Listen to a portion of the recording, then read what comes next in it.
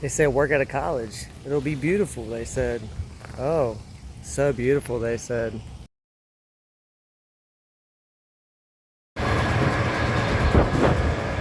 Always make sure you got your marinara, your garlic, your onion, and your 45 to 50 pounds of ground beef.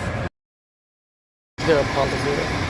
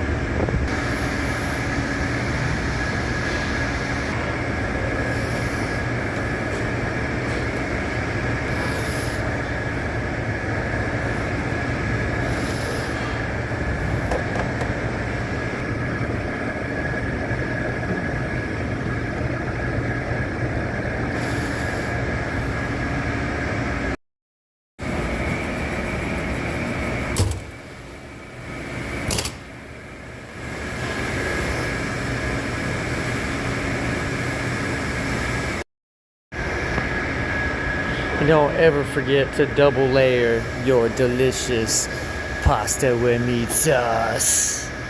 That's how you prepare, man. Alright? Trying to execute dinner service at a university. This is how you at least start.